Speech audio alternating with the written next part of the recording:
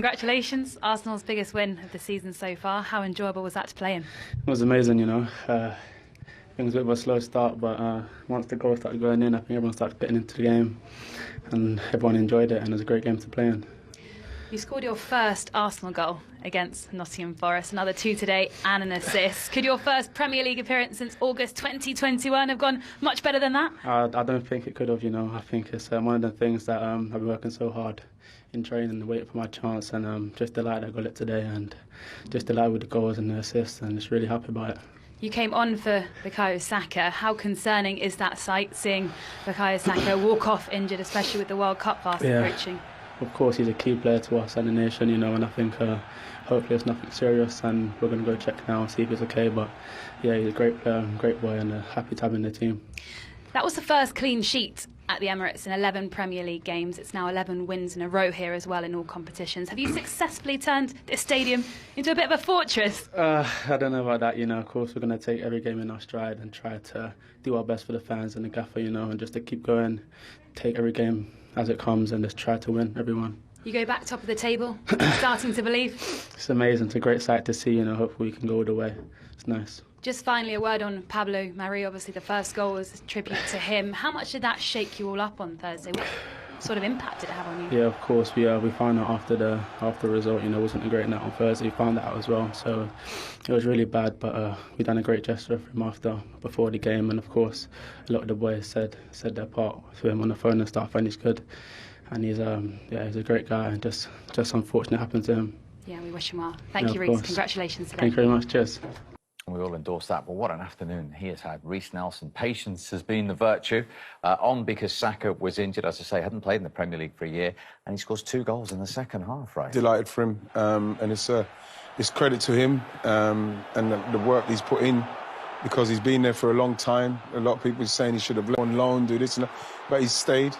Mikel's given everybody an opportunity. If you're impressing and you're working hard, you'll get a chance, and he's obviously done that. He mentioned it in his interview there, that, you know, I'm here, I'm working hard, doing the stuff, and he's been paid. He's been repaid for his hard work, and I'm pleased for him, because he's Arsenal through and through. He's desperate to play for Arsenal, desperate to prove himself in the first team, and this is a big step in and towards that. I'm just delighted for him. That's good advantage from the referee, actually. Very good advantage from the referee. You know, but like by this time, you know, Forest were chasing, Arsenal were rampant. And, you know, you can see how much time they've got. Look how much space he's got. Look, time to take it down, do a couple of step-overs. Even there, they don't clear it. And then, you know, he's coming in with loads of time and space and bam. But like I say, by then they're gone. But like, from Reece's point of view, this is brilliant for his confidence, and this will just keep him going again. Yeah, I mean, look, he's only 22, super talented young player, right? He's right. I remember seeing him with England under 21s and being blown away. This little 20-minute cameo, and I thought, whoa. That is really special. Can play off the left, can play off the right. But no matter how talented you are, when you get an opportunity, you need goals. Yeah. You know, goals keep you in the side like Arsenal. That's huge for him. And we just hope Bukayo Saka is okay, because he's been fabulous for Arsenal, for England. Reece Nelson got an assist as well. What a strike it was from Thomas Partey, though. Well, we've seen Thomas Partey. It seems like this is his party trick. He just comes in late. You see him there just ambling in. And once it gets into this situation, he's just using the players, just guiding it around it. And he's kind of got it off. If you look at that player just in front, he's just guiding it around them two, and goalkeeper's got no chance, really. He can't see the ball because it's coming around them two, and it's hit to perfection, similar to what he scored against Spurs. So I'm delighted for him. You know, Arsenal need goals. They need goals from wherever he can get them from. Unfortunately for Forest, we kind of give them a bit of a beating today, but that's what we need. We need people getting in the box, taking opportunities to shoot and scoring. That's what Arsenal are going to need. Especially, like, again, we've got 5 goals today and our centre-forward hasn't scored. Everybody's talking about it. So you're just hoping that, you know, this is just something, because he's got a couple of assists, but we do want our centre-forward scoring as well.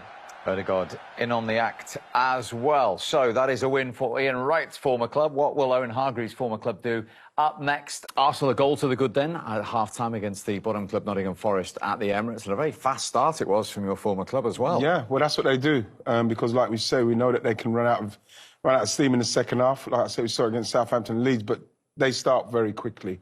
You know, Saka was causing Lodi a lot of problems.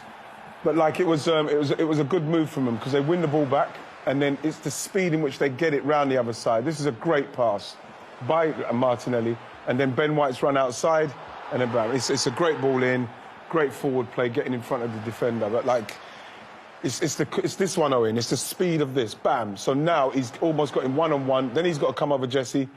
He's worried about Ben White's run, which is a very good run, and then Martinelli's run is fantastic. Getting across the defender, and fantastic goal. Class, really good. I mean, the ball from Martinelli is great, but this run from Ben White just gives Saka that little moment to get that ball in. Yes. And it's you love to see the winger, Wrighty, from the other side attack that area, then pass it, follow the ball in.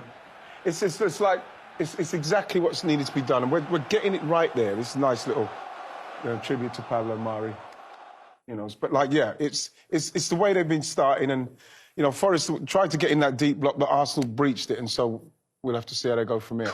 Should they have added to that? Well, I think when you say should they have added to that, I think that there's been a chance. I think that Jesus had a very, very good chance with the left foot, what we might see, but like here, I think he's got to hit the target there. You know, he's in that form at the moment. He just looks a little bit clunky, the way his body is not shaped properly. You've got to hit the target from that range, for me. This is great play from Xhaka, you know. And, you know, I think that Lodi does very well getting back on the line. You know, but like, yeah, you'd like to think that, you know, Arsenal may have had another couple, but what's happened is that they haven't taken them, and then we've seen that Forest has just got a little sting in their tail, you know, so they're going to have to get a little bit more ruthless and start quickly again. One mistake in particular from Gabriel, Owen. Yeah, I mean, this ball doesn't exist, by the way, the ball he tries to play. It just, you cannot pass the ball when you win it here. Saliba does amazing. You cannot pass it in there. You just can't. You know, it actually looks weird, doesn't it? That leads to a goal. I said that to my son the other day. Don't pass it in there when in your own box. No. You know, it's too risky. You know, Saliba does amazing. Nobody wants that. Look, everyone's gone, no, not for me. Saliba, brilliant. Yeah. I'll tell you what, it's a brilliant block from Ben White, by the way. That, for me, that's the only thing that if you're going to be critical of anyone in Arsenal's defence at the minute, you probably say with someone like Gabriel, he does things that just makes you a bit nervy, and that's another one there. Gabriel Jesus, 490 minutes without a Premier League goal now. You've had a look at him in that first half. What have you noticed? I noticed that you can see why. You know, he seems to be attracted to the ball. I can't understand why he would want to be coming here. There's no reason for him to do that. I'd rather him be up there where the line is, where you can see where there's the defenders, there's no one on them. And just stay up there, because we've got enough players that can do that. That's what you want him to do. Occupy that man in the middle there and let people get on with it, because there's enough space that if he does occupy them, he could get in there. Because if you look at this one, Steve, when the ball comes here, look, he can make that run. That's where you want him, and that's where the defender, look, you can see the defender behind him. He's already, is he going behind me?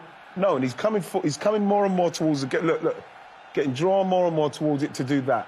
I can't, that's not what we want him for. That's not what I believe he should do. I think he's in a very good position here. When the ball comes to him, makes a good run. He doesn't quite make the pass. He doesn't make the pass, in fact, Xhaka. And then here, now we're seeing him, he's coming towards it. I'd rather him be back in there already, because now, when the ball's here, when Ødegaard turns, look at that space in the box. If he was just in the middle there, because that defender would have to come, he's still on the edge, and he gets the shot, but it's for me, it's speculative, and he's leaning back and he's pouring. When you look at those instances, you can see why it's not quite happening for him, because he's not in a place where he's getting chances where he can continue to try and score the chances that he gets. One worry for Arsenal, and Bukayo Saka in particular, is the reason he's had to go off. Everything crossed that this isn't serious. Yeah, I mean, you definitely hope not. He's such a fabulous young player. I think he twists his ankle very awkwardly. He just falls underneath him. Lodi's just trying to tackle. There it is, yeah. Yeah, and I think he just... Let's hope he's all right. I'd have him starting for England on the right-hand side. I just think I played Phil Foden as a number 10, but you can see he was limping. He played on when he probably shouldn't have. It looked like... you see it there? Oh, it looked like his ankle went in, and I think he might have tweaked the inside of the knee. So he doesn't... He looks upset, but it's one of those like we saw with Varane. You know, when you know it's getting this close to like the tournament, he's not... He doesn't look destitute. He doesn't look like, oh, my God, this is going to cause me a problem for the World Cup. But at the same time, we're, 3 weeks away, and it's the inside of the knee. Hopefully it's not too bad. Come along then to cracking games for you on Match Day Live today, all in the company of Owen Hargreaves and Ian Wright. And the big question is, in our first game, will your former club go back to the top of the table? First time in a few weeks they've been knocked off. Yeah, I hope so.